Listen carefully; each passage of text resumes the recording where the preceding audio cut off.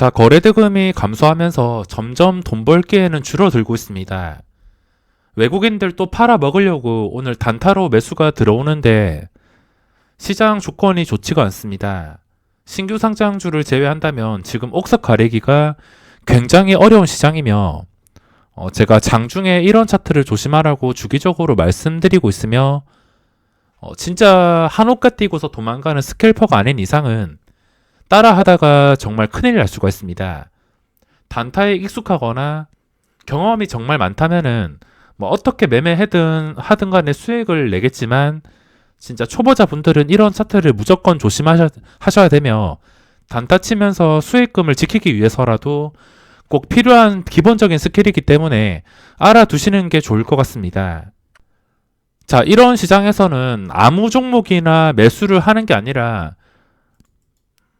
거래대금 상위 그리고 정말 차트가 예뻐서 신고가 뚫어주는 이런 종목들 위주로 보면서 장중에 좀 정확한 매수 타이밍을 포착을 하는 게 중요합니다. 정확한 매수 타이밍이란 제가 항상 강조드리는 기본적인 이동평균선을 회복해 줄 때, 눈치가 빠르다면은 회복해 주기 전에 좀 눈치가 느리다 싶으면 회복해 주고 나서 아니면 회복해 준 다음에도 지켜주게 된다면 그때 들어가는 방법이 있습니다. 이런 종목들을 공략해야 되는데 이런 종목들이라고 무조건 좋지는 않습니다. 자, 센코라는 종목이 있는데 물론 이 종목이 완전히 끝난 상태는 아닙니다. 언제라도 급등이 나올 수 있는 구간에 위치해 있기 때문에 오늘 당장 못 오른다 하더라도 그 다음에 오를 만한 조건이 충분히 갖춰져 있습니다.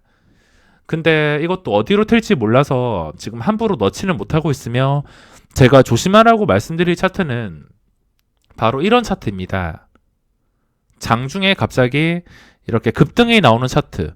당연히 가지고 있는 입장이나 초기에 잡은 사람들은 이렇게 급등이 나오게 된다면 좋을 수밖에 없습니다.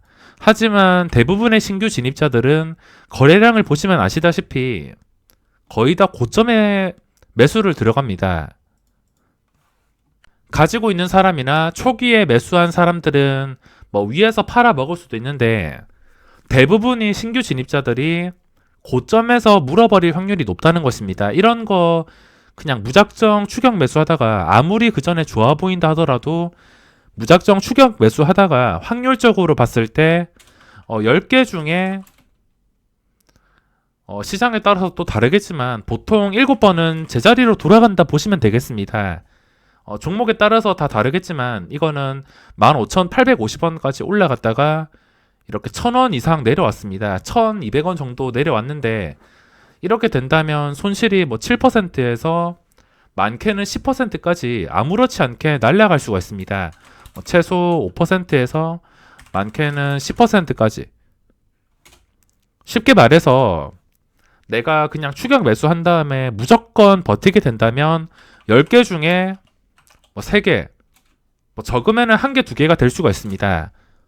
박셀 바이오처럼 이렇게 올라갈 때 추격 매수 해버린다면 계속 그냥 버티다가 아무 이유 없이 버티다가 이런 식으로 끝까지 올라가는 종목도 분명히 있긴 있습니다. 하지만 확률적으로 봤을 때 제자리로 돌아가는 종목들이 훨씬 더 많다는 것입니다. 10개 중에 보통 1개, 2개 거의 없습니다. 올라가는 종목들이 1개, 2개 올랐다고 쳤을 때 수익률은 10% 정도가 많아야지 10% 정도가 날 것이고 보통은 5% 넘기가 어렵습니다.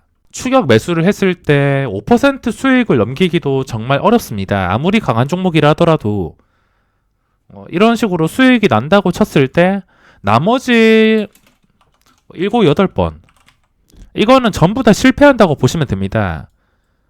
1개, 2개 종목에서 한 1,000만원 정도로 매수를 했다고 쳐서 1,000만원의 5%는 50만원입니다. 운 좋아서 박셀 바이오 이거 투자해서 50만원 먹었다 치면은 나머지 종목에서 이런 식으로 5%에서 10% 다 깎여버리면서 이 50만원 벌었던 거 순식간에 날아가고 결국에 마이너스 200만원, 300만원 손실만 남는다는 것입니다. 확률적으로도 봤을 때 다시 제자리로 돌아갈 확률이 굉장히 높습니다. 저도 매매를 하면서 이 방법을 해결하기 위해서 노력하고 있는데, 해결 방법은 초기에 잡은 게 아니라면 일단 구경만 하는 게 좋습니다. 박셀바이오처럼 구경만 하다가 끝까지 오른다면 이거 못 산 아쉬움에 좀 배 좀 아프겠지만 그래도 구경만 해야 됩니다. 어쩔 수가 없습니다.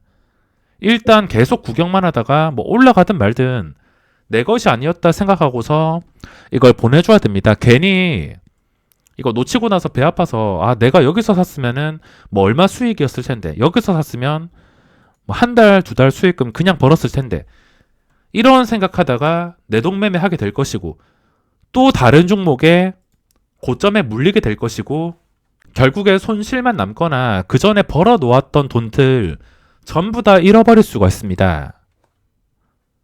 초기에 잡는 게 아니라면 구경만 해야 됩니다. 내가 센코란 종목을 그 전부터 관심 종목이어서 장중에 꾸준히 체크하다가 여기서부터 갑자기 호가창이 심상치 않다. 아니면 황금선 회복해주고 서서히 고점 뚫어서 올라간다.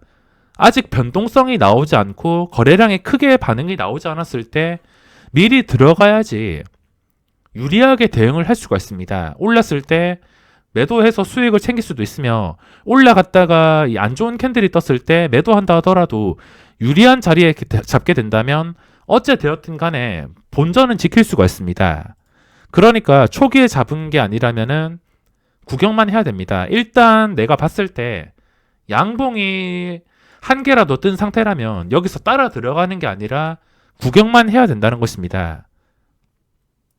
그리고 이 종목을 진짜 잡고 싶으면은 일단 쉬어갈 때를 기다려야 됩니다.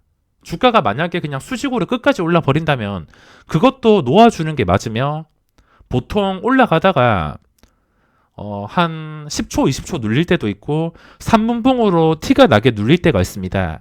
그거는 종목과 상황에 따라서 다르겠지만 일단은 한번 쉬어갈 때가 있는데 쉬어갈 때도 예쁜 캔들로 단단하게 버텨준다면 그때 진입을 할 수가 있습니다.